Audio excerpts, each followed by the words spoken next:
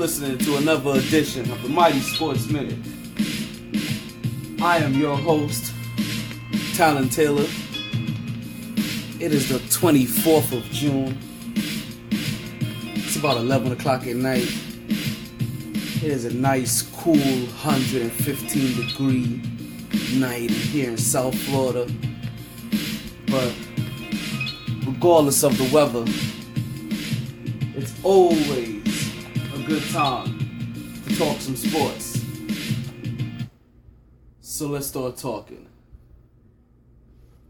If you've been listening, I've been telling you now for some days, I've been teasing you for some days now that I really wanted to break down this offseason and what I thought that the Knicks should have gotten.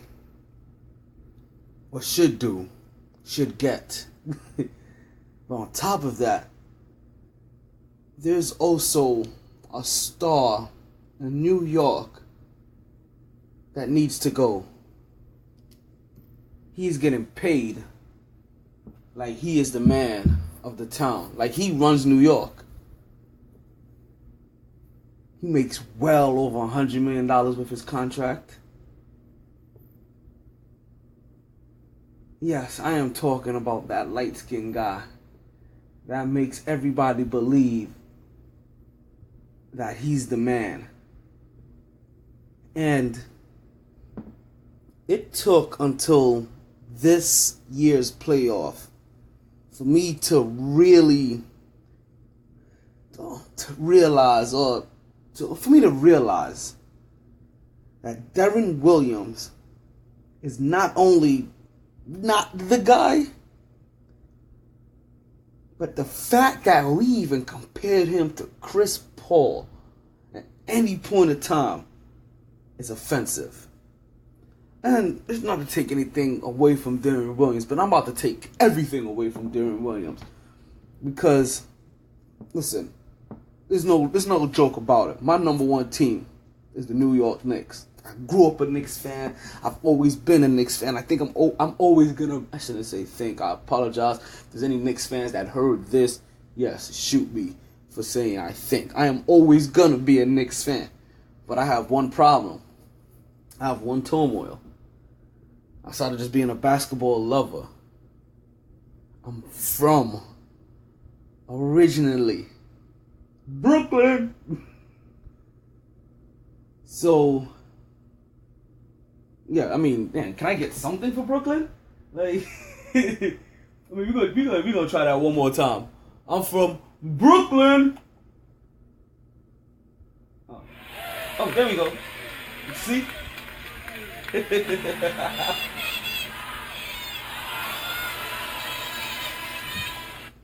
Man, give it up one time for Brooklyn. So, the moment that the Brooklyn Nets moved over, the move that the Jersey Nets moved over to Brooklyn, yeah, I said, you know what? I'm gonna adopt them as a team of interest. More than I was gonna be really a fan of the team, or anything like, because I try to be a fan. I'm not gonna lie, I try to be a fan. I was like, you know what? I'm gonna follow Brooklyn. You know, I'm gonna be a fan of the team. And I just couldn't get. I didn't have anything invested in them emotionally to tie myself to them. Like, I followed them, but just my heart wasn't in it. So they've been now consistently probably one of the top I say one of the top teams of interest, of teams that I just keep a nice good watchful eye for. And even for the fact that also on top of it, I used to be a fan of Deron Williams. Like, I watched Deron Williams in Utah. So I am very well aware of his body of work. So listen to this. Deron Williams is now responsible for not only getting a Hall of Fame coach in Jerry Sloan fired, but you have to think of who Jerry Sloan was, right? Jerry Sloan, the player turned coach. And this coach has one of the best overall winning percentages of any coach in league history. I think he's top 5 if I'm not mistaken. I'm gonna go top 10 just to make sure I'm right. But I have a very odd feeling, and I should have researched this one little thing. But this is just how much I knew. Just this guy was here somewhere at the top of my head. I'm pretty sure he's top 5 in winning percentage. Right? He went to the playoffs somewhere, I think, 15 straight years. Consecutive straight years. This, remember, Jerry Sloan helped Karl Malone put up some of those numbers. Helped John Stockton put up, listen, Karl Malone, one of the top 50 players. Even though I'm not a big fan of Karl Malone, I always thought he was kind of dirty for some reason. But that whole Utah team was just, like, the 2 stars of the team were just very Pitbull-ish. You know? But Karl Malone, was it the second highest, number 2 scorer of all time in the league? And then you get, crap. How am I forgetting the point guard's name? And you know what's bad? I'm even picturing all of a sudden his State Farm commercial, and I still can't get his damn name in my head yet. All I have is the J. And I'm really upset about it, but I'm gonna get back to it. But you know, but you know the guy I'm talking about, because he's the number 1 all-time assist leader in the NBA. So the fact that Deron Williams couldn't absorb enough from this guy that had this kind of resume, you know, as a coach, it didn't really raise the eyebrow to me that it really should have. But I am a very big proponent of, if you have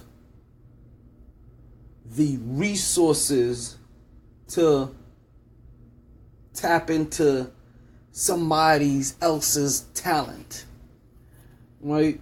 Because, like, as a player, like, he's been in the military, so, you know, like, one thing is, like, you know, basically both, you know, one hand wash the other, both wash the face. Everybody kind of knows what everybody's kind of doing, and everything's kind of like a trickle-down effect. So you want the people underneath you to really know, absorb as much as you can, because you also benefit or take pride from, you know, by teaching them, but also you want to learn from that great person. Like, when I was in the military, if I saw somebody highly decorated, or when I needed to pass my physical fitness test and I was struggling with my 2-minute mile, you know, I went to go seek out the people that had no problem in my unit passing, you know, or in my company passing their test. You know, like, physically, I went to go train with them. I went to go learn tricks with them, learn how to stretch, learn, you know, fix my breathing, you know, learn how to open up my hips, you know, little track and field stuff, you know, because some of them did track and field. You know, little track and field tidbits that I didn't know about. So when I see players that don't learn from the stars that they have available to them, it really rubs me the wrong way. And I'm not just talking about Deron Williams on this one. Like, I'm gonna take a side note to mention a couple of names, like people like Swaggy P. You know, they, you know, enjoyed watching him, you know, even from his days in Philly. But then you get Kobe, and you don't learn. But I'm not gonna get there yet. We like I said, I'll get way too far sidetracked, because I could go down a list of young guys that should have learned from the veterans on their team and just absolutely observed nothing, just went about their business of collecting paychecks. And that's kind of how what I think about of Deron Williams right now. I think he's just going about his business and collecting paychecks at this point in time.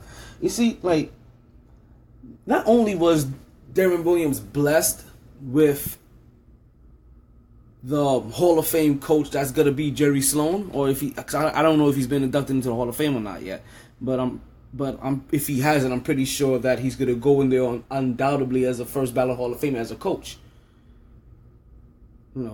if he hasn't. And then I say stuff like that, and I don't know if he went if it took him 3 times to go in already. I really can't remember because just haven't been watching out for him enough before now to know, because I really want to see.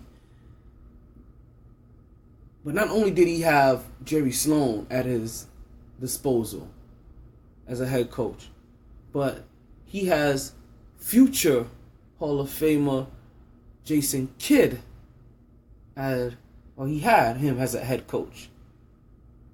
And I know Jason Kidd doesn't really move the meter, like send off those fireworks that say, "Oh, great coach." He doesn't give you those. But let's not take away from one thing. Jason Kidd is a Hall of Fame point guard. Right?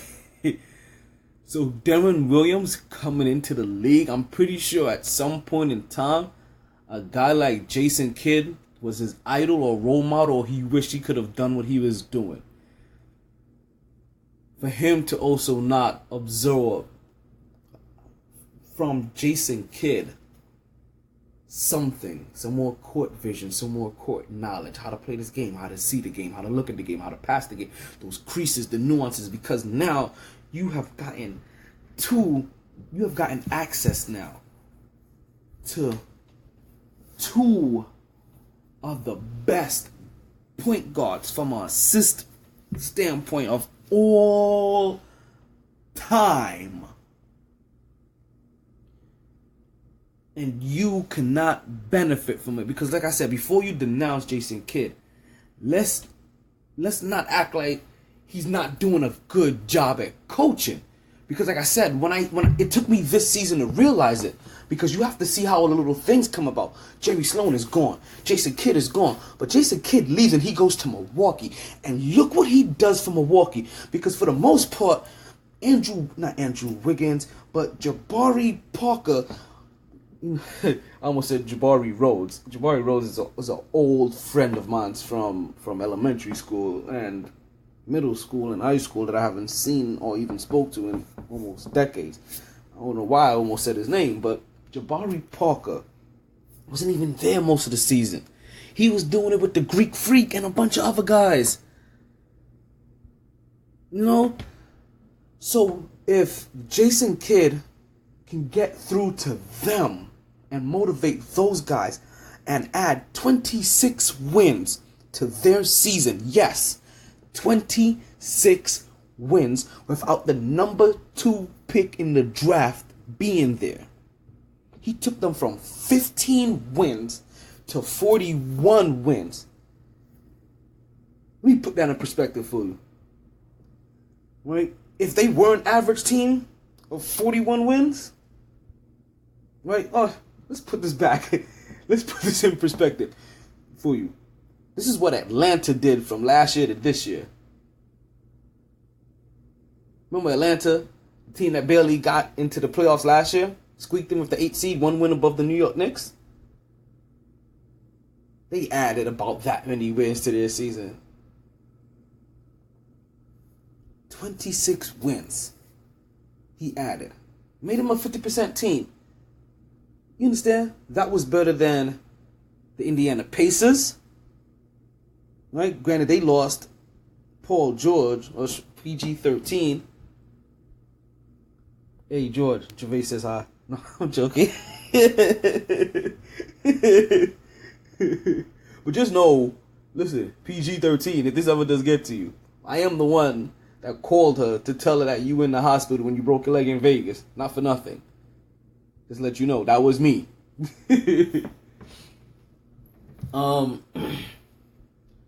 But that was better. Milwaukee's record this year was better than the Indianapolis Pacers. Indiana Pacers, right? That all they lost was PG-13. And granted, you know what's really funny? Once again, I didn't remember hearing about much about Indiana this year. I didn't hear about who they lost, but I did just hear that didn't David West, just opt out of his contract. But you know what? We're gonna talk about the free agency in the next segment. But man, so they do better than the Indiana Pacers. They did better than the Miami Heat. Right? The Miami Heat took two big losses. But listen, Dwayne Wade is supposed to be their star. Like, they didn't really take a loss in Dwayne Wade. Dwayne Wade has always been a question mark.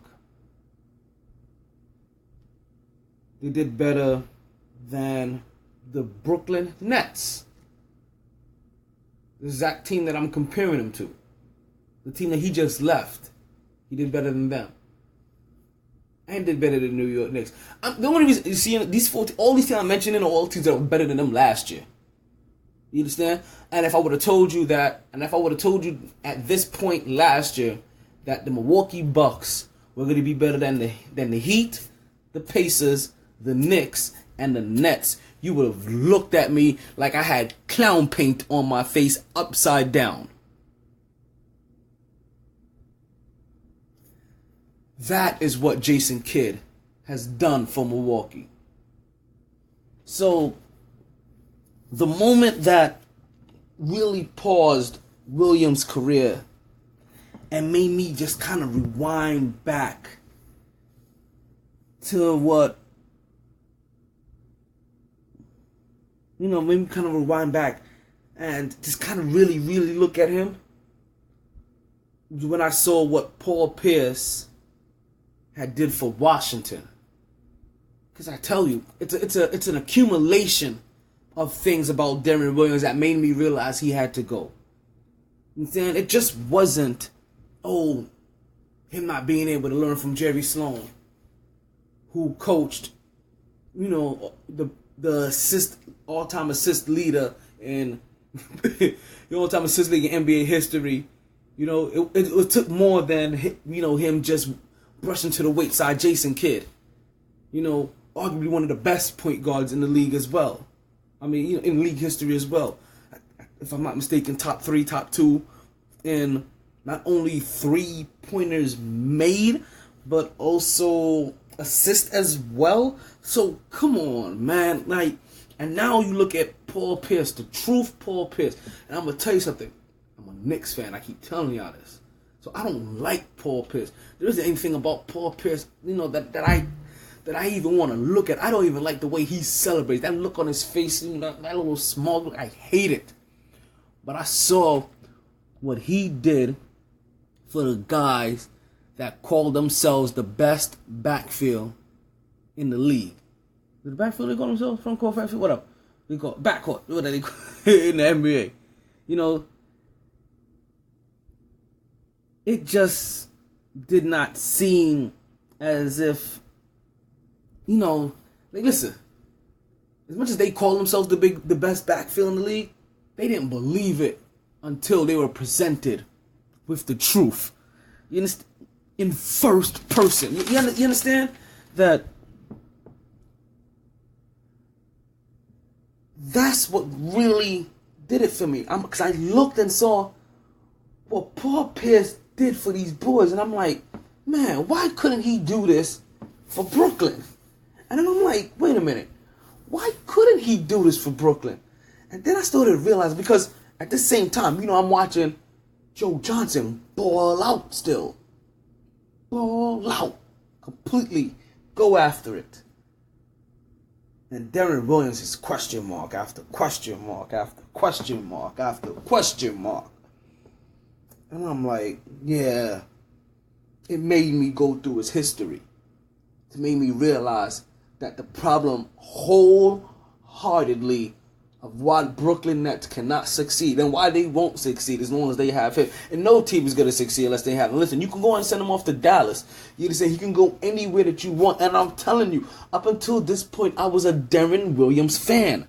This is why I know so much about the kid in his career. I used to watch him in Utah. The only reason I watched Utah was because of Deron Williams. I preferred him over Chris Paul myself as an NBA fan. And all them years they were talking about that Jerry Sloan was holding him back by keeping him in his conformed system. Apparently, Jerry Sloan knew exactly what he was doing and saw that this guy needed to be controlled and in a very structured system for him to even look semi-respectable and successful as an NBA player. Yeah. Deron Williams has got me heated tonight. And it's kind of late for me to be heated. It's like, I don't even drink coffee. I don't take any kind of energy pills, energy drinks. This is all natural energy. And people ask me, where do you get all this energy from? I tell you, it's real simple. I'm going to tell you what I do. It's a real simple trick. Get up, and I soak in a breath of fresh air.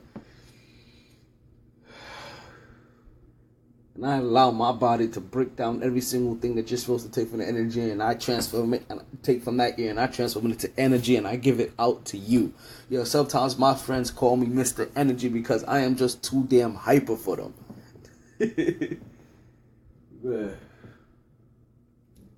Really want to, I really hope this is entertaining. Like, somebody's listening. I see that every time I look up, I see that I have somebody new following me or somebody new liking me. So I'm hoping that that you're enjoying, my perspective. It's still gonna be my perspective regardless, but I'm hoping that it does something for you. At least it just calls you to see it. I'm like, I didn't even think about it, because sometimes you have to go out. Like, listen, pegs and squares can go together. You just have to do the work. But questioning Deron Williams like this, and seeing what Paul Pierce did in Washington, it made me wonder, what is Kevin Garnett doing in Minnesota? Because around this time, the season was done. I wonder what he did. And I'm looking, and his first game there, I believe they won. But listen, even though what he didn't amount to, wins and losses, didn't add to anything in the win column, because they had if I'm not mistaken, they had a horrendous losing streak at the end of that season. But you saw it did help change that culture. It did help them it helped with their effort. It helped with the little things. It helped with little intangible things. Like, you can see it in them. Like, even the look on their faces weren't the same when they came onto the court. They took it completely different. And I guess you can say Kevin Garnett and them did it a little bit, for Brooklyn. But if you're supposed to be the guy that's right underneath Chris Paul, then shouldn't things like this propel you more? Because you know what? Not for nothing. No, you know what? I can't say that. I'm sorry. I apologize, because I was about to say if Chris Paul would have had this team, he would have done a whole lot. That they probably would have came out the East. But I doubt it, because I'm looking at this. I'm looking at what he has in the West, and they're still struggling. And I'm going to have to break down Blake Griffin. And can I say something? Actually, I don't know what I'm asking. And I hope this reaches whoever's ear that it needs to reach. You know what? We'll talk about it next segment. I want to stay on Deron Williams. So, Kevin Garnett didn't help with the wins or losses, but he helped change the culture. Paul Pierce helped change the culture, and it equated to wins and losses. Like, you can see the effect. Like, it helped them win. Jason Kidd helped Milwaukee win. And once again, Jerry Sloan. If you don't know who Jerry Sloan is, look up who Jerry Sloan is. 15 consecutive years. I mean, one of the most incredible runs you've probably ever seen. Because I'm even sure it continued while Deron Williams was there. Because I think they just did a transition, if I'm not mistaken. So I'm trying to think, like, what has Williams taken from all of these people? And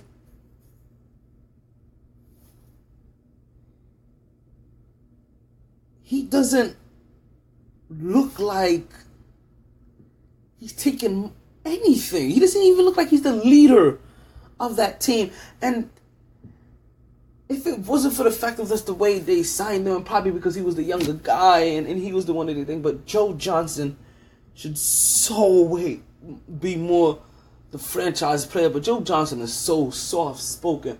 Once again, this is kind of how Brooklyn kind of roped me in when they also did that move. Once again, being an NBA fan, you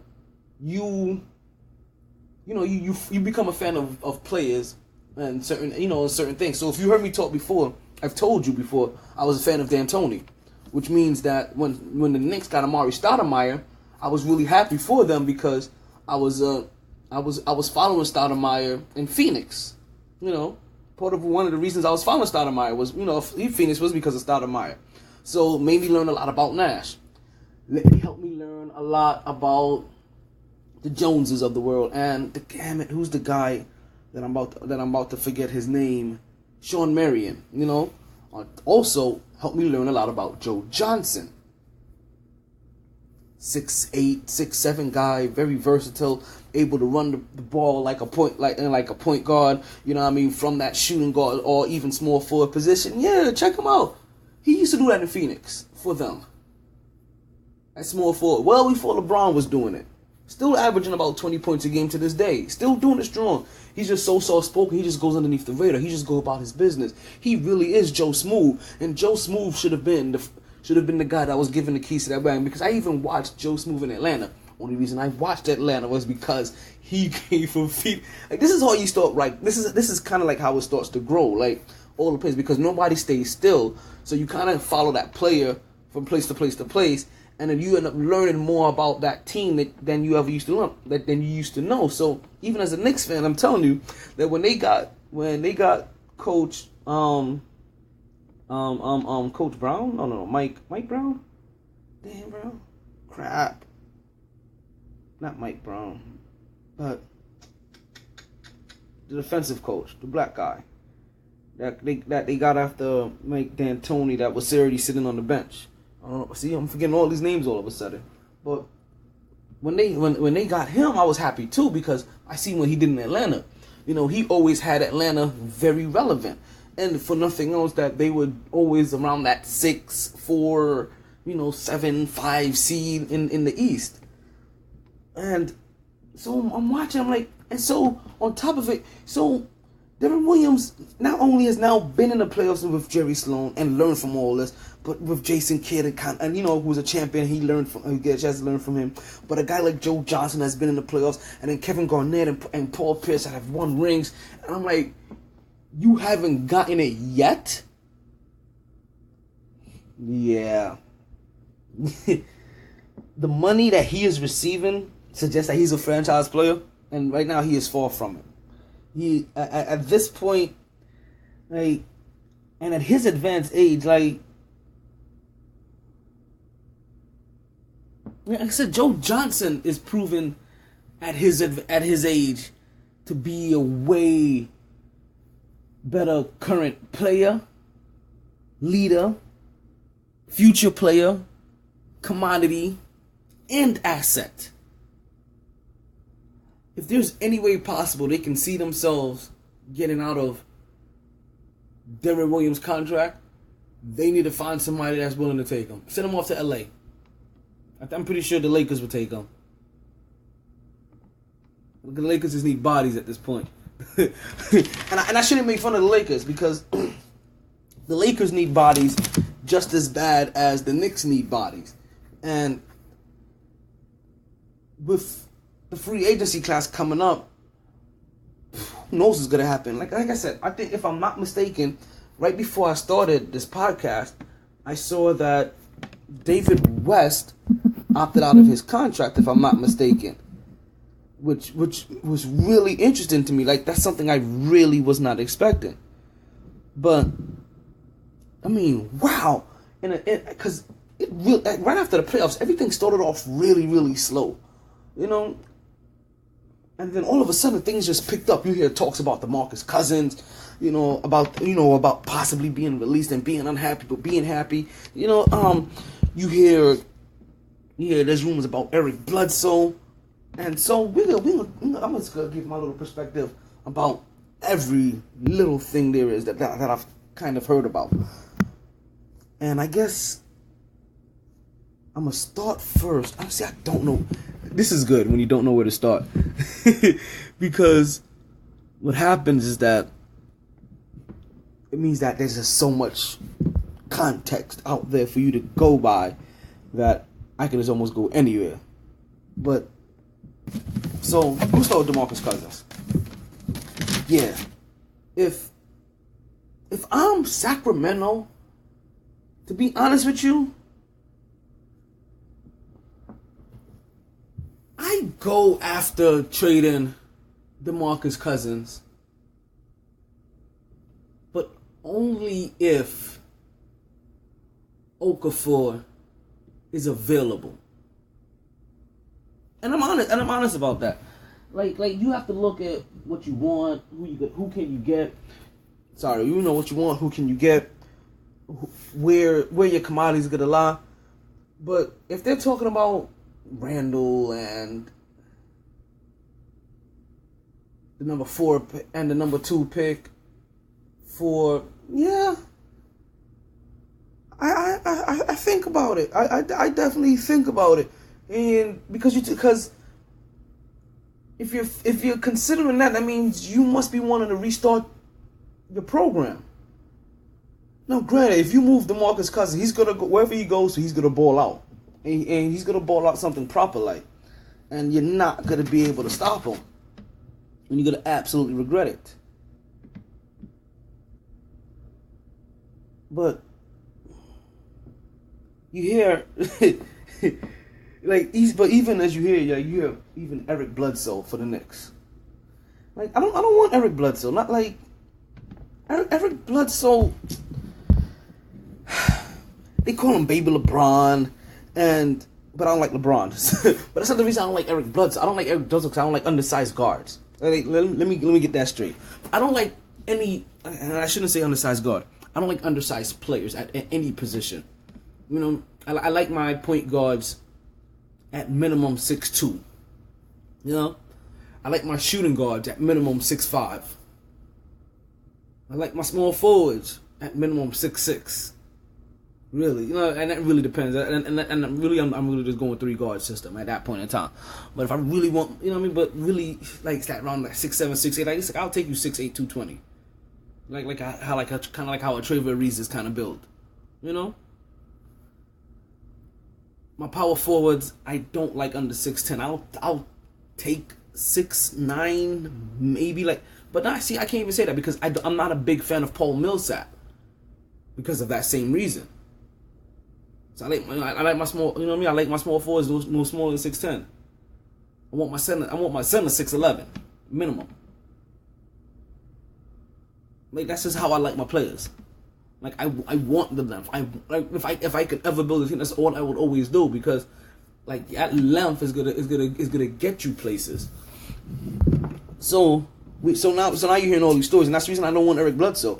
Like I don't want him because he is that tiny, he is that small. And not for nothing, doesn't he only play like 60 games a year? The last thing that I want for the Knicks is them to get a guy that you rely on that can't stay healthy. Stoudemire. Ewing at the end. Camby. Houston Sprewell. like, come on. How many times do you want to have a guy that can't play full season that we've got to rely on? The Raymond Feltons, even Jeremy Lin. We have enough injury problems. I want durable guys. And then also, not for nothing, I don't want to trade away Tim Hardaway Jr. I think that Tim Hardaway Jr., that this should be his year, that this should be the year that he balls out. He is 6'7", he's an athletic guard.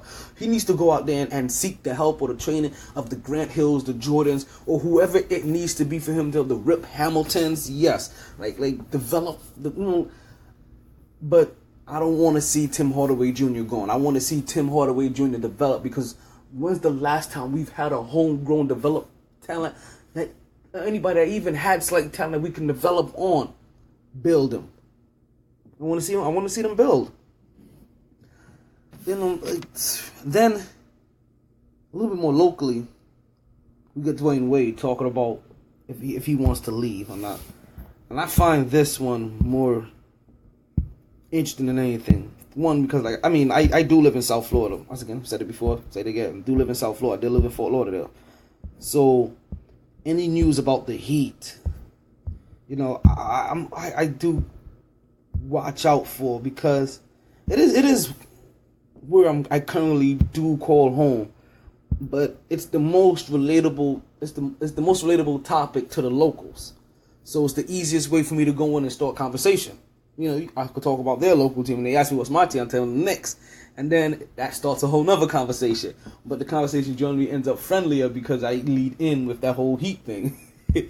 like you just have to know how to talk to the people. And I was talking to somebody this weekend about Dwayne Wade possibly leaving Miami. I was talking to a couple of people. And they're saying they don't think that there's a way that he would opt out, and they want to keep him badly. And and I said to them, I'm like, I understand what he did for you guys, but what is he going to do for you guys? Like, why? Like, put it this way, like, if I'm Dwayne Wade, I want to get paid. I understand that much. If I'm Dwayne Wade, yes, I want to get paid. I want to get compensated. But do I want to get compensated, or do I want to continue calling this area Wade County? Like, do I want to be a local celebrity? Or do I want my money? Or do I want more rings? That was the other part that I found interesting. Do you want your money? Do you want to be a local legend? Or do you want to win rings? Because, like I said, if I'm Dwayne Wade, I want that money. But if I'm Miami Heat, and Dwayne Wade is talking about anything over 17. Okay, let me even rephrase. I personally would not pay Dwayne Wade more than $12 million a year. And I'm gonna tell you how I came up with this number, right? And it's gonna be real. And because I know it sounds insulting to Dwayne Wade, and I kind of like Dwayne. I have respect for Dwayne Wade, and I don't have respect for a lot of Heat players. There's really only two on my list: Dwayne Wade and Alonzo Mourning. Alonzo Mourning gets his respect because he is a Georgetown alumni, and because of the Ewans and a lot of other people, I do follow Georgetown when I do follow my college basketball, and I do tend to follow big men that come out of Georgetown for basketball.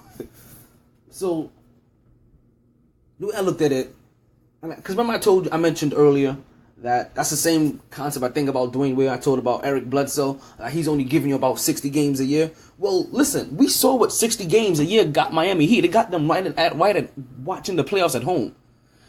I don't think it would have been much better if they only had Chris Bosh and still only had Dwayne Wade for 50, 60 games. So let's give Dwayne Wade 60 games, 62 games, right?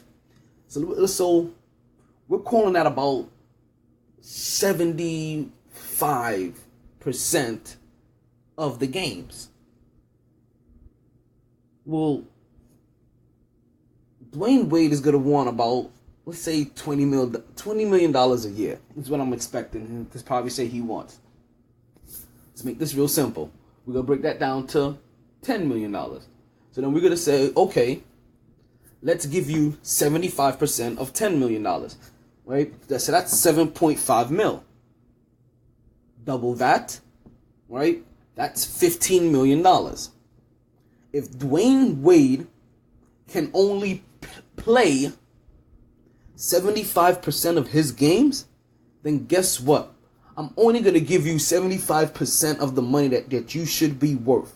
So if max contract gets you 20-something million dollars, guess what? I really only feel obligated as a franchise, based off of the loyalty that you've given us, to really only give you $15 million a year. Because what I really want to pay you is somewhere around 8 to 10, so I can start rebuilding this team, because you aren't lasting. So that's how I look at it from the franchise organization standpoint. So now from Dwayne Wade, I'm like, okay, if they're not going to pay me, what do I want after this? Do I want to stay here in Miami? And trust me, I'm a fellow New Yorker. Not only did I live in New York, but I've been stationed all over the place.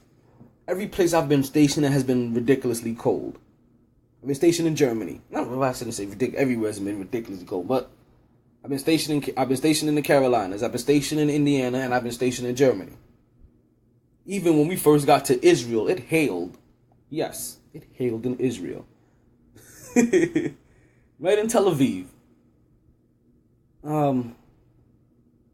So I understand the allure of not wanting to leave South Florida once you've kind of gotten, the aspect of it. Like I said, Chicago and Indiana, like you're talking about, it's almost the same kind of cold.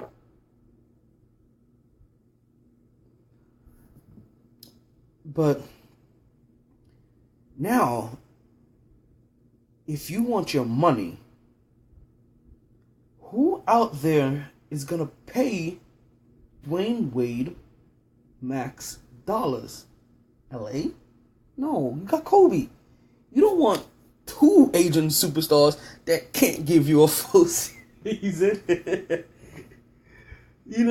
On top of, you still got Jeremy Lin. I don't know if Jeremy Lin's in the contract still. Is Jeremy Lin still underneath that poison pill that Houston gave him? Before they took him from New York, I was like, yeah, I'm not paying him that. Like, can I tell you? Like, I'm just gonna sidetrack real quick. I always told everybody it made no sense that Jeremy Lin should get $15 million at the end of that season. To get $15 million, you understand that to earn $15 million. That's saying that Jeremy Lin basically earned himself a max contract in that last year of that season. And there was nothing about Jeremy Lin that was going to say to me that he deserved max dollars. And not to mention, you're guaranteeing him max dollars. He didn't earn it yet. So I always felt uncomfortable about that very last year. I was like, yeah, let Houston have him. You know what I mean? He could go suck a wonton. But, yeah, I'm like, who has the money to pay Dwayne Wade? So then I thought about Chicago. And this is what I'm telling these guys. So I'm thinking about Chicago. And I'm like, you know what? Chicago gives you two things, actually. It allows you to be a hometown hero in your own hometown. And you get the opportunity to chase rings. The only thing Dwayne Wade has to do, and I don't know if Chicago has the money to do this. Because I haven't checked their limit. Their salary cap, and also, whatever's gonna go up next year. Dwayne Wade just has to swallow his pride. I mean, like, the same pride they were telling Carmelo Anthony to swallow. Dwayne Wade, all he has to do is swallow his pride. Not only does he get a chance to go home, but he gets a chance to win a ring. And then think about this. It disturbs nothing. And the reason why I say he really has to swallow his pride, because Dwayne Wade has to be comfortable with that. If you want to manage your minutes so that you could extend your career, then you may want to start considering coming off the bench for a team like Chicago. Because bear with me now. You already have a guy like Derrick Rose that you don't know if he's going to give you a full season. But managed, Dwayne Wade can still give you 50, 60 good games. Now imagine if he has no pressure to start. You understand? they have a solid core. You got Jimmy Butler there that's gonna start at shooting guard. It's gonna take a lot of pressure off of you. You know? And then if any point in time that you need him in the closing moment, guess what you do? Put Derrick Rose at the point guard. Get Dwayne Wade in at shooting guard, and you put Jimmy Butler in at small forward. And bam, that changes the whole dynamic of your team. Taj Gibson, Joakim Noah, however you want to run. But Dwayne Wade is gonna have to be comfortable coming off that bench, because guess what? That's one of the best ways for him to manage his minutes and not have to worry about really managing his minutes, and also not worry about the stress of having to carry a team, because Chicago should definitely stick with their course of finding a way to either dually make this team work with Derrick Rose and Jimmy Butler, or just kind of just push Jimmy Butler a little bit more ahead and trying to figure out how we're going to develop this guy and make this team his, with the support of Derrick Rose and maybe the support of a Dwayne Wade. And then imagine now, Dwayne Wade goes and brings that place a championship ring. Dwayne Wade brings a championship ring to Chicago that Derrick Rose couldn't. You understand? It'll be the first and only time since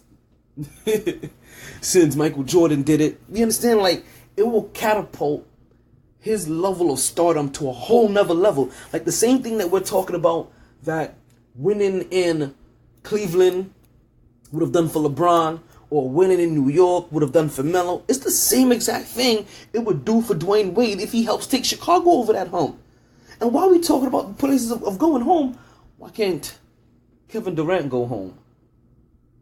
And if the Lakers were patient, why can't Russell Westbrook go home?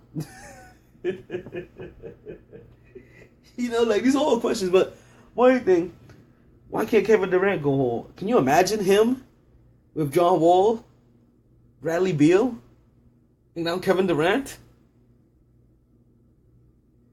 Like, it'll be kind of like what he had all over again, but in the East. And then the East will be strong again. Like, you start seeing the powers of the East start to shift again. Like, this is gonna be crazy, completely insane. I'm telling you, man. Like, I sometimes really do like the off season more than I do the regular season. You know, because look at all the excitement that comes out of it. Because think about it, like, halfway through the season, like, if your team isn't doing well, there's a level of excitement that is completely sucked out of you for the season. Like, but if you're a basketball fan, you still watch and you're still paying attention, and there's still other things that you're doing.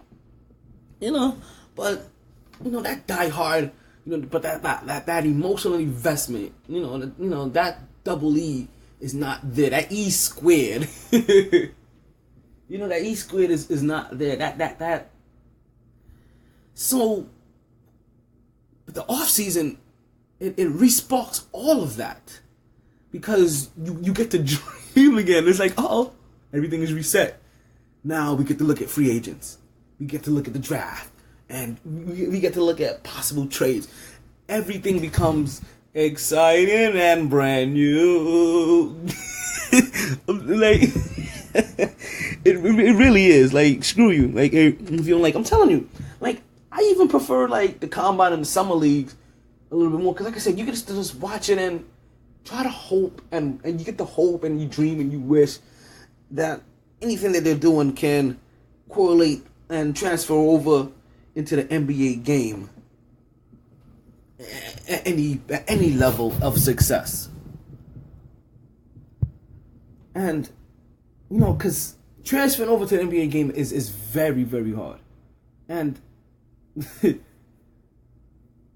and I don't know really who the Knicks should draft, because of who they keep saying as who's at the top more than anything else. And so with the fourth pick, it all depends on who falls. Like, if you were to ask me who are the number 2 guys I want Okafor. And if I can't get Okafor, I want Russell. So I guess if you want to put it in my order, give me Okafor first, then you give me Russell, and then Is it Imute? That's the other. But okay, let me back up. So it all depends on what this draft order really boils down to of who I think the Knicks should get, more than I really think that who I want them to get. Because if the players that I like or the players that I like, then I don't expect them to be there when the Knicks are picking. Like, call it being a cynic, but if you're a Knicks fan, then you know exactly what I'm talking about. That if, like I said, I watched Stephen Curry in college. I watched him in Davidson. And I loved him in Davidson. And I was like, oh my God, I would love for the Knicks to get him because I would just love to see him play in the D'Antoni system. That fast run and gun system, kind of system he's playing in now. That fast run and gun system that just lets him just fly and shoot. And then he was picked the pick before. And this isn't the first time it's happened. And this isn't the first time that the Knicks have just picked bad in a draft. But you got to think, when you got the fourth pick, you can't really miss. Because you have to figure, like me personally, there's about 9 players that I want for the Knicks. Not all of them on the first round, mind you. Right? There's a couple of them that I kind of really want, that I really want them to go after in the second round. Much how I wanted them to go after Tim Hardaway Jr. in that second round when they had their pick. So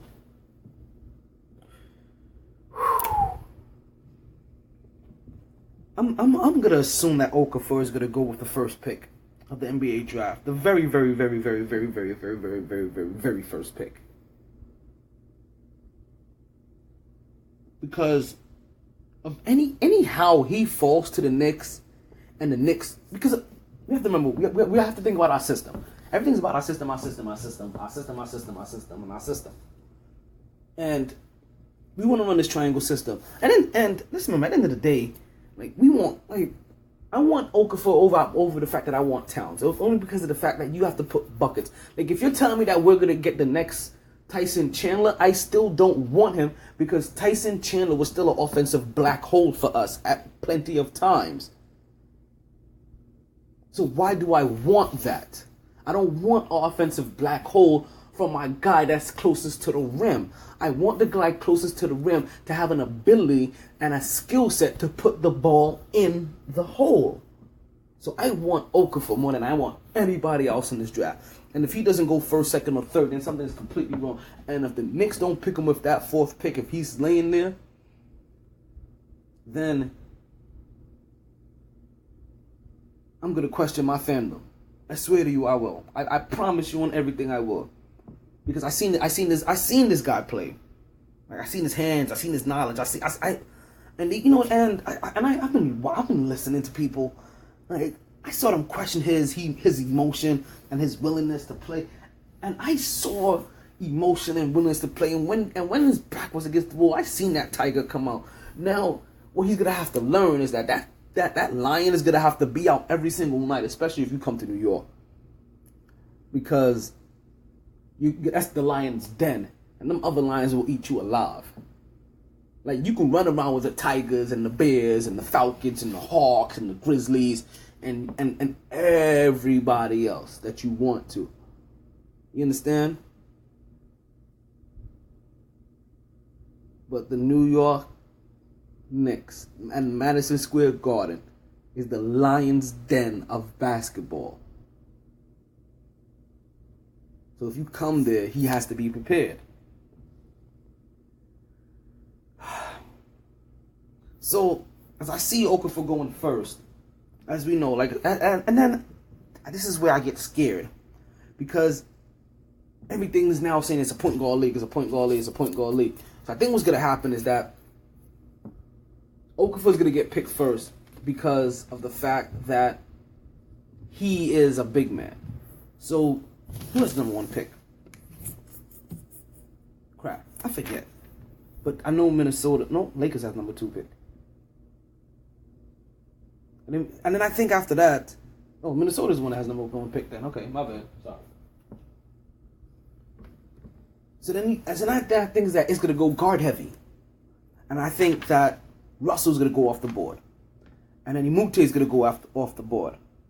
And what that's going to leave the Knicks with is a choice between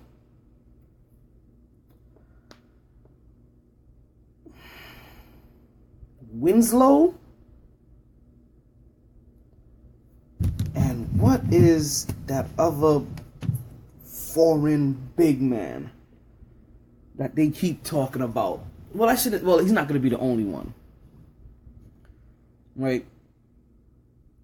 But it's also going to be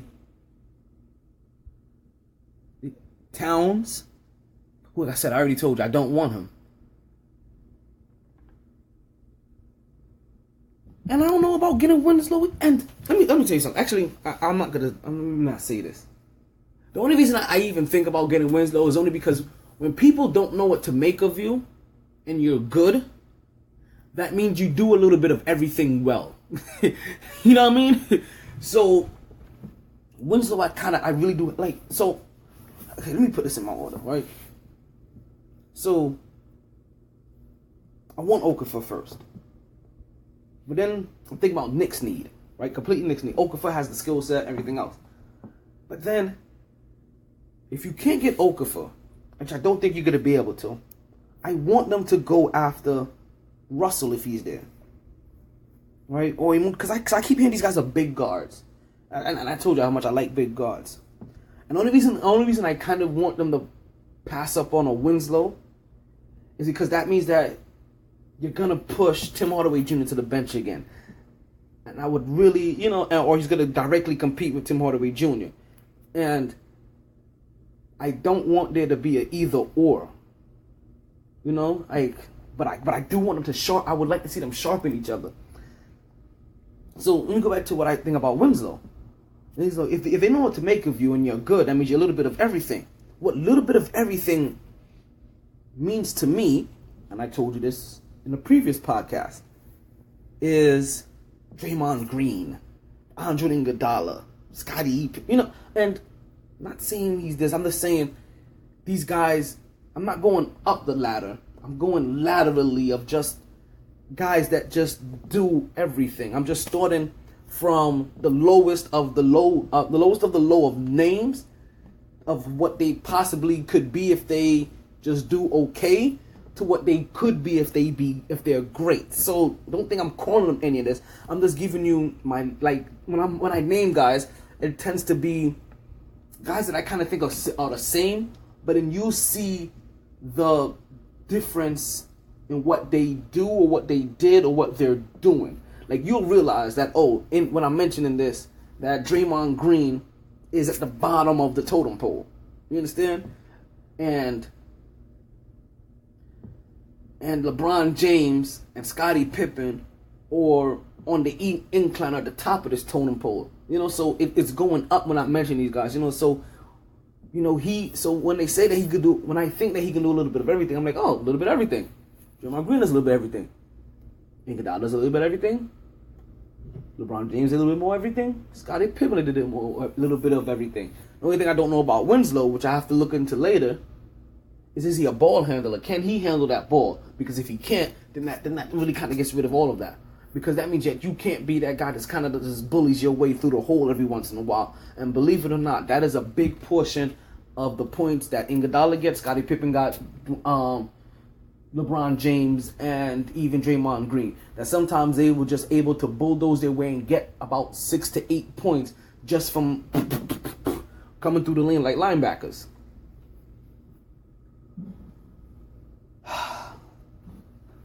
But more than anything, I think the Knicks need a leader in that point guard position. So when people are telling me that, Russell can't shoot and Imute can't shoot and that they're passers, that works for me. Believe it or not. But only from that point guard position. Because you know what that means? That means that that ball is not going to stick when it gets in his hand. And even when it looks like he's over dribbling, he's still looking for the pass first. which is exactly what you want around Melo. Because, listen, as soon as I'm done with this, we're going to talk about how I really think the Knicks should be building this team. And one of the ways I think it should be building the team is that your point guard should always be thinking about passing. Even if he happens to be somebody that scores, I want him to be thinking about that pass. Because that ball can't stick in his hand. But I want him to have the ability to be able to take his man off the dribble and to be able to collapse defenses to an extent. Because that's what you're going to need. And if Mute or if Russell or those guys, because they can't shoot, great. You can't shoot, focus on your passing, focus on your court vision, focus on your defense, focus on the travel. We'll put in the work, we'll put in the mechanics, and we'll work on that mid-range, because that's where, shoot. We'll work on that three-point shot, actually, because most of the times you're probably going to be taking that shot a lot from the top of the key. A la Derrick Rose. A la Derek Harper. God, Derek, doesn't he? Feels like that D a lot. Stop joking. Oh, man. So I guess those are my biggest two. Because if you can't get the point guard that passes first, then I want the big man that knows how to score. That also can pass. Also has good hands. And so I also hear that there's some foreign player that's out there. I think I heard him talking about on the Mike Lupica show earlier, but I forgot to write his name down. Wasn't fully paying attention, or it's written down somewhere, and I just haven't looked it up. But when it comes now, and the Knicks would have to have a second round pick, and I don't know if they have a second round pick this year. But in the second round, if he's there, this is where I think like a guy like Kaminsky should be picked. And he would be a steal at. I heard him talk about Elias, Trey, or something like that. Earlier, like I said, this also came from the Mike Lupica show. But let me tell you somebody else who I want. More than anything. I want that kid Christmas. Yeah, buddy. I want Christmas. Because you need also some energy guys, some hustling guys. More than anything, Tyson Chandler brought energy. He brought that spunk. He brought a little bit of fire, He brought a little nasty with him. And I think this guy Christmas happens to have a little bit of that of him as well. And, kind of like that, the Kenneth Farieds, the Joakim Noahs of the world. Like, I really want them to pick him up if they have him in the second round, because if you haven't seen this guy's work ethic, you should really take the opportunity to check him out. I wrote a piece about him some time ago, and when I was writing about why college players don't really stay in the NBA as long as we really would like them to, or they really should at times. And that really came about because of the hard work I was watching Christmas do on a consistent basis. Like every year, Christmas was progressing. He was getting better. And he wasn't the first guy that I've heard that we've heard about that's gotten better every single year. But when it comes time for them to be in juniors and seniors, that they're not getting, and they get better. And one more point was on that one is that, because to really wrap this up, is that why aren't the guys that when they show in their fourth year that they can put up the same exact numbers as all of the freshman guys that are hyped, in that that they put up their first year and their fourth year? Why aren't they being drafted the same? Why aren't they being rewarded the same when it comes to the draft? Because I don't see any of these 4-year guys saying that, when they finally start averaging 20-something points a game, that they're being talked about with the 1, 2, or 3 pick, like the freshman that averages 19 points a game. So that is what really really sparked that for me for Christmas, because I was like, every single year, he was just improving, 2 points, 5 points, and then 17 points. You're talking about a guy that went from getting 2 rebounds a game to finishing his career with 9 rebounds a game as a senior. So yes, as a senior, he got 17 points and 9 rebounds a game. And this was out of hard work, dedication, and hustle. And that is a trait that you want on the Knicks. You want somebody that's going to come in there, he's going to bust his butt, and he's going to hustle for a position, especially coming and being a second round pick. Oh yeah. And if we get something, if we get half of what,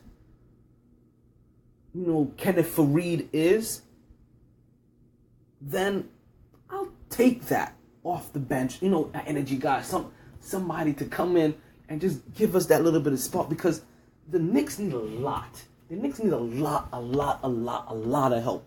They need leadership. They need a big man, and what do they need from a big? They need a defensive, athletic kind of big. Somebody could put in the buckets. They need a passer for a point guard. Somebody that doesn't have that ball stick, and also they need a creator. They need somebody else on a consistent basis that can create their own shot. Kind of why I said, listen, if you can get a couple of these things combined, I can take it. If you can get an energy big, I'm energy athletic big that plays defense, I'm ecstatic. Get me somebody 6'10", 6'11", 6, I was about to say 6'12", 7 foot. If we can get a point guard that can pass the ball as well as take his man off the dribble, I'll take that. So as I'm looking at the free agency class, right, and I'm thinking about this stuff, okay, the Knicks definitely need a leader. Now, can you get a leader in the draft? And that's what I kept on trying to ask myself. Can you get a leader in the draft? Because I don't think that there are a lot of leaders that are in the guys that could come into the Knicks and help put Melo in the right place. Get the ball out of Melo's hand when it needs to be out of his hand. Help move the ball when it needs to be moved.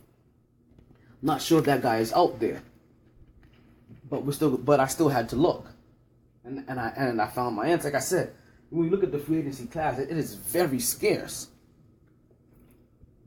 There is not a lot that's going on out there, but there is enough.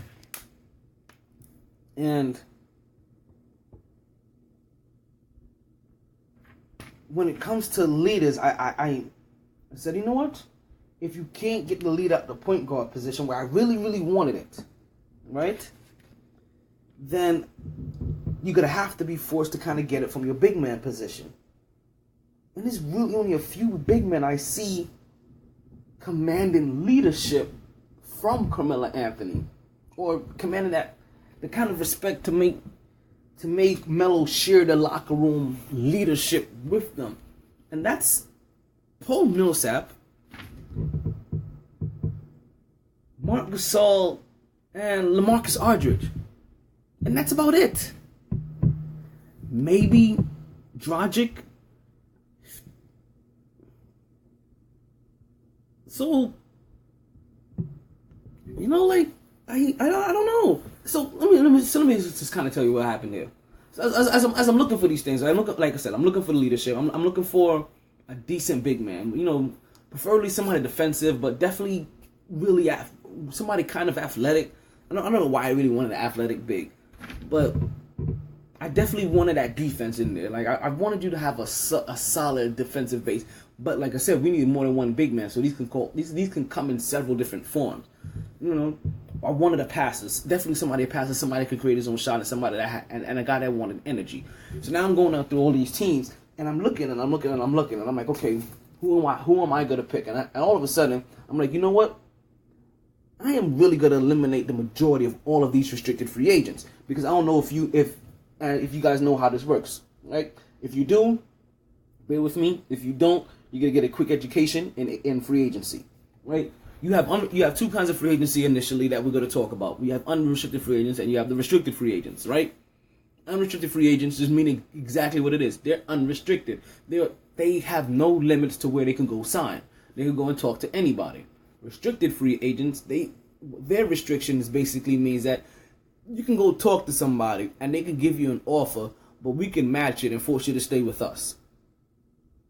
You know, or you can go, and that's one way to put it. Or you can go out there and see what you're worth in the market and bring us back, you know, what your best offer is, and we'll go ahead and match it. Now, sometimes that works against you, and you see what happened with Jeremy Lin. Because like I said, while I would have taken Jeremy Lin for like that $5 million a year, I definitely did not want to even look at him for $15 million a year. You couldn't convince me to turn on my television for that. So, I'm breaking down the teams, and there's not a lot of teams that have unrestricted free agents that I want. So I did dabble a little bit into a possible few restricted free agents that their teams may not feel bad about parting ways with. First team I came across was the Atlanta Hawks, right? And Atlanta Hawks didn't have a lot for me.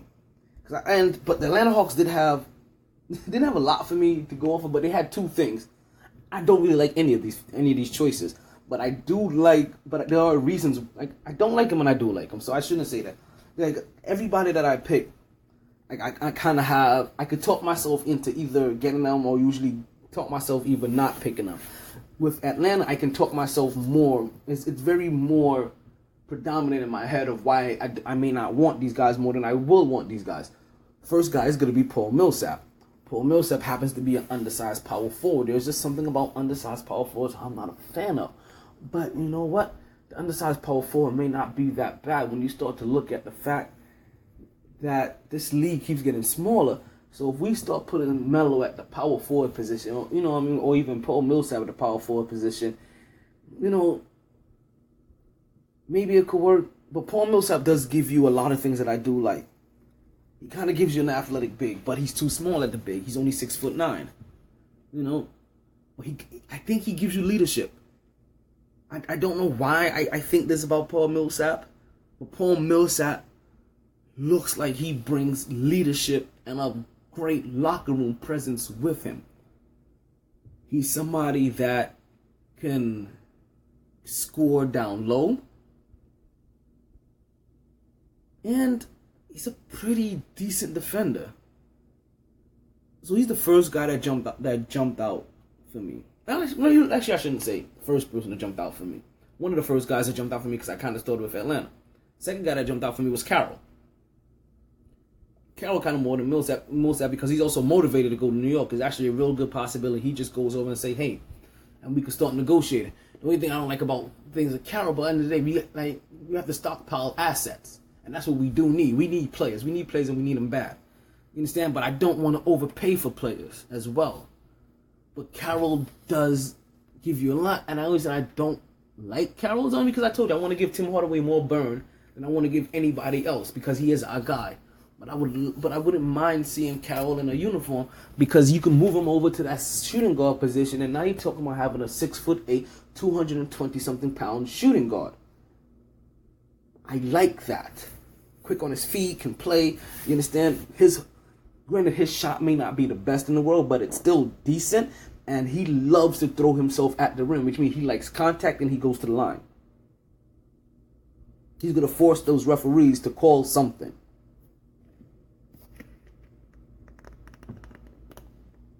Next,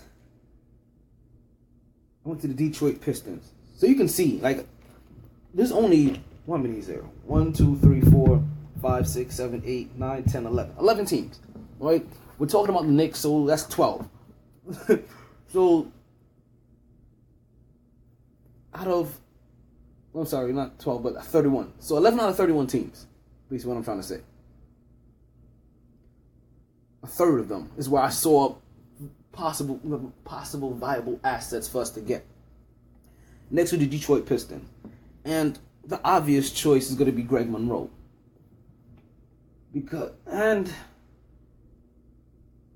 Greg Monroe, for the only thing that I know for a fact that he can pass, he can play with his back to the basket, he can play with his face, he can play facing of the basket. He likes to function anywhere between 12 and 18 feet.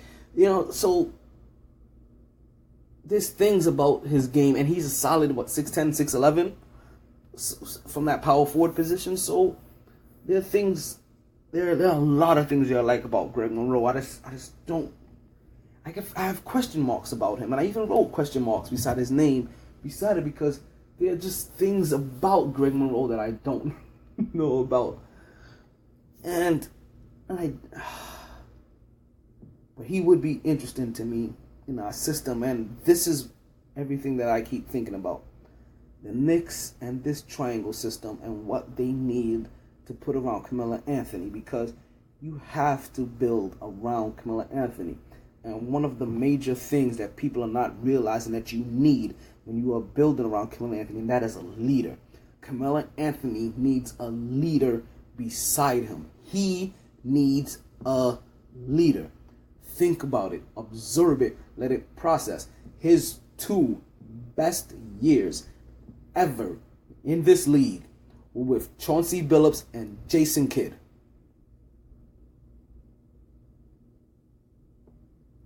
So if you can't find a leader for him out of all of this, then this will never go anywhere. I don't care how many pieces of talent we got. I don't care what the coach has to say, because Carmelo just is not the galvanizer. Unfortunately, that guy's name is LeBron. How long have you been running this now? It's been running for some time. I know. If you're still listening, I applaud you. I really do thank you. I appreciate it. So this is actually the first time that I looked at a restricted free agent, which is oh wait, this is only the second team you picked, but I'm already at Detroit Pistons, which means I passed the Atlanta Hawks, I passed the Boston Celtics, I passed up the Charlotte Hornets, Charlotte Hornets, Charlotte Bobcats, Charlotte Hornets, yes.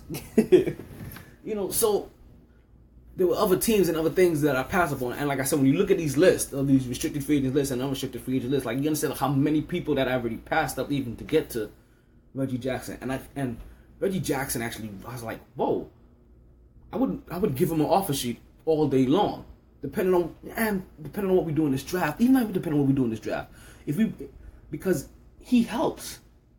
Regardless, you know what I mean? If we draft a point guard and Reggie Jackson wants to come to New York, I give him a contract, and I tell my point guard come off the bench and be a 6-man. Learn from Reggie a little bit.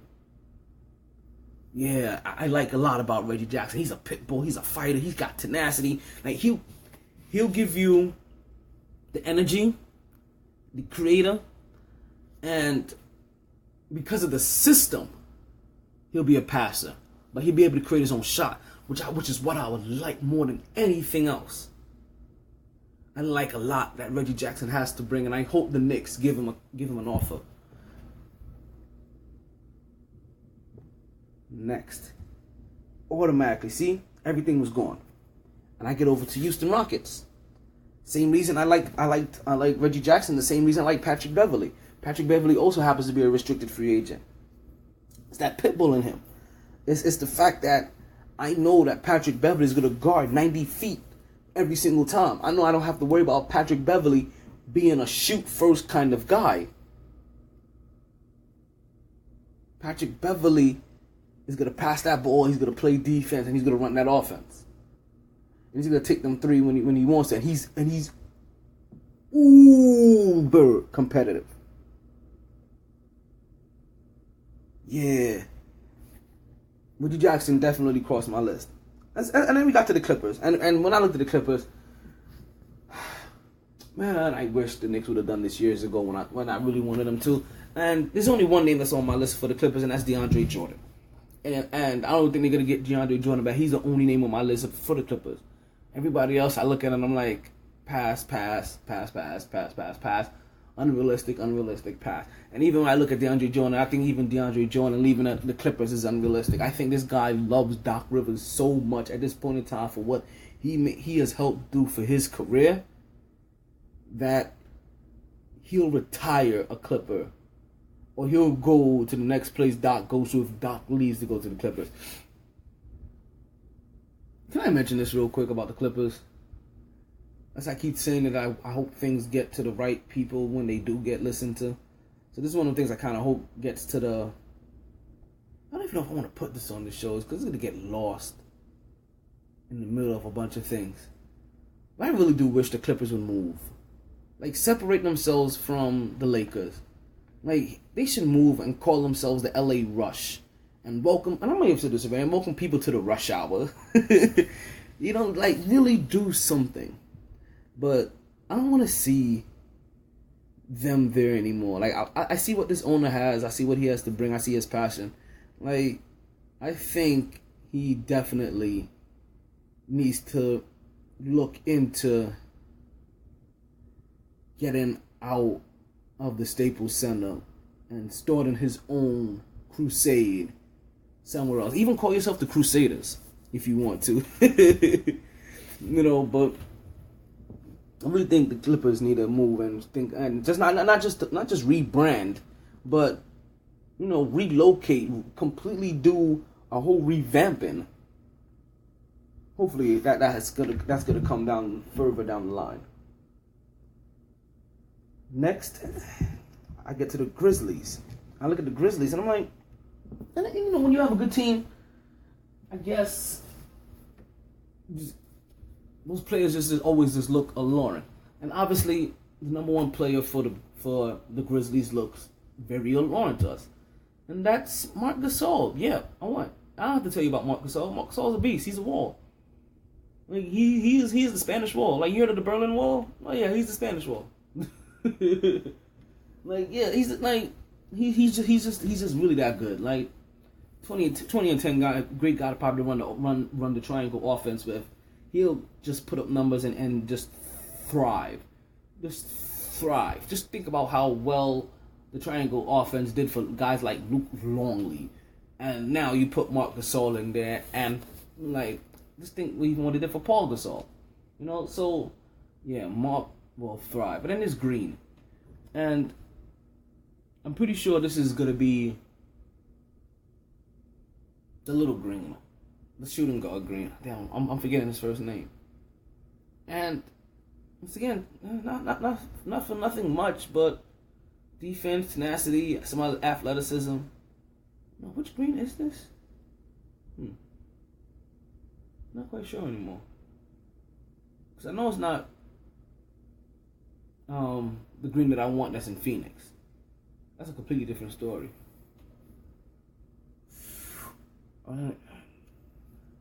I even thought about Dragic from the Heat. Like, he has some leadership qualities. Can score, get by his man, pass the ball. I thought he would be really fun, really interesting, really good fit for Melo, really good fit for the system, really good. Really, you see how I'm seeing him doing it? Like, really good. You know what I mean? Like, forget about it. Like, it's just one of them things at this point. Yeah, it's getting late. I may just be rambling. No, I'm not even rambling anymore, but it is getting late. At this current point in time, if you've been listening for just about an hour and a half. So I think I'm going to get this very wrapped up for you so that we stay within the 90-minute segment and not go too much further from that. So I get to the... And Dragic plays for the Heat, so it's going to be interesting to see what the Heat do with their team, because they got to do something. We all know this, because if they don't do something, we know how fickle Heat fans are. They'll fall out of love with you on a heartbeat. You already lost half of them to Cleveland. So you don't want to lose the other half. Like, you're going to lose about another portion of Chicago if Dwayne Wade leaves. They have to start doing something in Miami. I don't know why South Florida isn't a better team, better squad. Not better team, better squad, but South Florida as a whole isn't a better sports industry at the time, because there's so many things. I heard somebody mention about it, and I actually think it's worthy enough for me to mention it again here today. Is that why isn't there some kind of 10 school college tournament that goes on down here in South Florida. Like, why aren't there more of those? Because it would be big enough, and it should be big enough. Now, you understand that South Florida, all we're looking for is events. They're always looking for something to do, and there's enough sports down here that they'll be interested enough.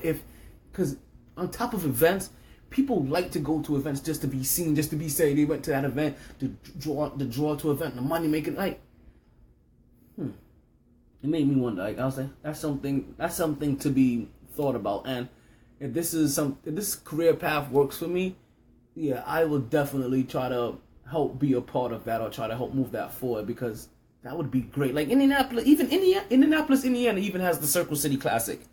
You know, like, why doesn't Florida have something like that? So we move on from the Heat to the Orlando Magic. And Orlando Magic, this guy is kind of interesting, because if I wasn't mistaken, Tobias Harris. Is it Tobias Harris? His name was Tobias, but he's a restricted free agent as well. But he mentioned that he would like to play for the Knicks. So anybody that ever has interest in playing for the Knicks, I take wholeheartedly. Like, you interested? Come on down. You are the next contestant on not winning anything with the Knicks. But he said he wanted to play, and I, like I said, assets on assets on assets on assets. You can't have enough assets at this point in time. And if all these guys want to come and play, listen, we have to sign people, and we have to sign them in a hurry, and we have to fill up a roster. And we can't fill up a roster with Smith and Galloway and Larkin, even though I kind of like Larkin. You know what I mean? But that isn't going to work. Aldridge. Yeah, I still watched. I watched almost every game this season. Yeah, it was painful. We also get to the 76ers. And there's Thomas Robinson that's available, and I'm like, I remember Thomas Robinson coming out the draft. I kind of liked him, but it was pretty decent. And I think he just need to find a place to focus at. So, he was an athletic big that I like. So he's kind of on my radar just for that purpose, that he's an athletic big. Hopefully he could come in, get some minutes, do some work, get some boards, bang some bodies, give you some fouls if you need to do a hacker, Shaq, hacker, Dwight, Howard, hacker, whoever.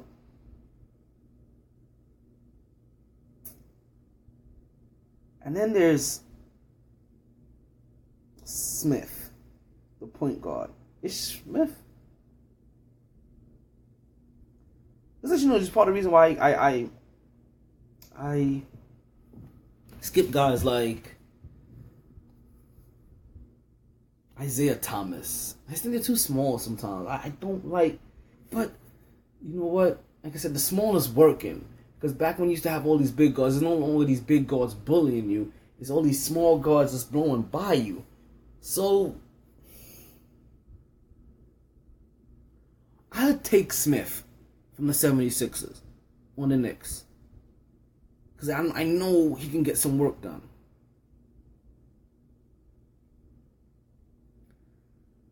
If I'm the Knicks, yeah, another restricted free agent I thought about was Brandon Knight from the Suns. And I know he's been posterized a little too often for my liking. There's still something about him that says that he can be a contribution to a team that's willing to give him a shot. And I just think, and I'm also one of the people that think, like, listen, you put anybody in the bright lights of New York, that should help elevate their game. Like, it should make them want to perform better. So it automatically, you should go in there and put in the extra work, put in the extra hours, because you don't want to be embarrassed. Listen, you can slack in Phoenix, you can slack in Memphis, you can slack in Detroit, you can, you know what I mean? You can slack in Philly. You can play bad in those places and go underneath the radar. You can't play bad in New York and find underneath the radar. They will find you. They will point you out. You will be scrutinized. So I expect people to come to New York and come the ball. It doesn't always happen, but that's what I expect from them.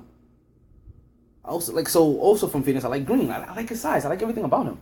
But Brandon Knight was saying he's another big guy. Like just like Green. They're big for their position. Green is 6'8", 220 something, 230 something, freakishly athletic.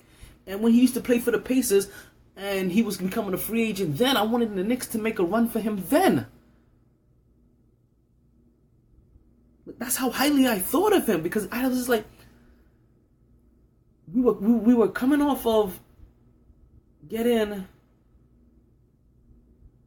Brown as the head coach.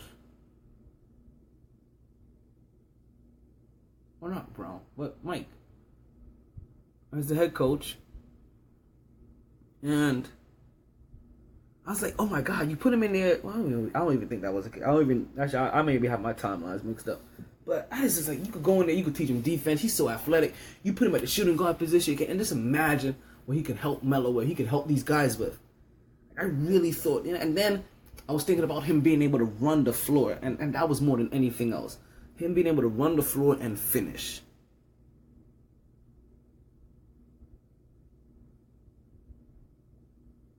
The Trailblazers, obviously, like I said, LaMarcus Aldridge. He's everything that he's a lot of things. He's a leader. He's a great big. He's gonna get you, and he can play like completely ball out. He can do a little bit of everything. Get you 20 rebounds and 20 points. Like we seen when he put up his numbers for real. But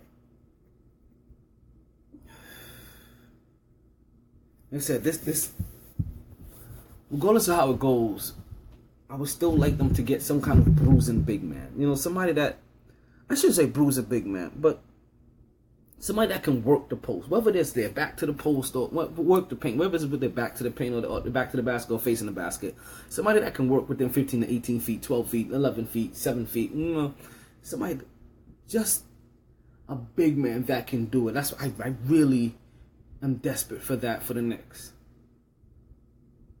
Now, just for the energy portion of it, and the fact that he can get rebounds, and he's just a solid big man to have, I like Robin Lopez. And obviously, from a shooting standpoint, I like Matthews. Like, Wesley does work. And believe it or not, he's an upgrade from J.R. Smith, because guess what? He isn't stupid. Sorry, I shouldn't call J.R. Smith stupid. He isn't a hothead. He doesn't have those mental lapses like J.R. Smith does. Like Wesley Matthews is a hard worker. He's a roll your collar, roll up your sleeves up kind of guy and goes to work. And you see it in his game. The last guy that the last person I'm gonna end up with is more of a prospect that I kind of just want them to go after, because I think that he can be cheap. And that's Derek Williams, the power forward from the Sacramento Kings. Sacramento Kings? He got traded? He got traded. Who was he always there? Who am I thinking of? Oh, no, sorry. He is who I'm thinking about, though. It's Derek Williams from Sacramento Kings. But when I think about him, I also think about Derek Favors at the same time too a lot. And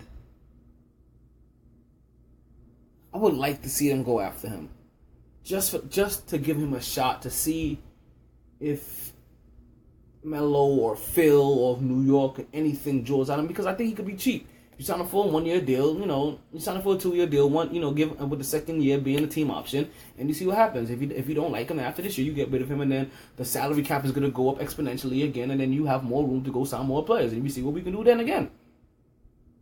But we gotta fill slots. We gotta fill slots, and we gotta fill bodies. There's no other way around it. The Knicks need help, and they need help fast, and they need a lot of it. And the number 4 pick is not going to solve it, but the number 4 pick is going to be a big help. This free agency is going to be huge for the Knicks because you don't have a lot more years left in Melo's prime to keep saying you're building around Melo, even though you did just give him a 5-year contract. At some point in time, even when he's probably in year 2 or 3, if not sooner, I mean, he's already having the knee issues, you're going to have to start looking who's that next guy that's going to help you turn that key. Or get over that hump, that you're able to pass that baton with. So if you can start looking for him as early as next year, even this year, but as early as next year, and you just slowly bring him along while Melo slowly depreciates in value, in game, in numbers and stats, or what, during year 4 and 5, then you won't have to worry about another 15-year drought of relevant New York basketball. We can just do what all the other good teams have done most of the times and just make it, and just transition, for maybe like a year or 2 off, if it's even that bad. But we got to start somewhere, and we need to take advantage of it coming these next 2 years. We got Melo, we have Phil Jackson, and we have salary cap room this year, and we're going to have salary cap room next year because of the players that we won't have and because of what the league is doing. The Knicks need to start getting it done. I want to thank you for taking your time to listen in. I appreciate you let me start this off. Thank you for listening. I appreciate you taking the time to spend some time with me. Don't forget to check me out. Check out my other pages. MightySports.wordpress.com. When I do decide to write anything, that's exactly where I post it at. Mighty Sports at Twitter, Facebook, and at Gmail.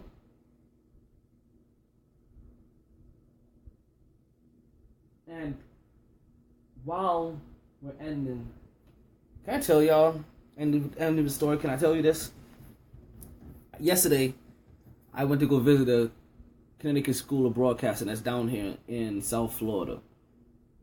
And can I say I'm completely amazed. I'm completely blown away. I'm taken back. Like, I've been smiling ever since. Every time I think about it, I can't wait to get enrolled. Like, I think this is so huge for me. Like, they do their run through and they put you do a little quick commercial. You run a quick for both radio and television. You work the teleprompter. You work the camera. So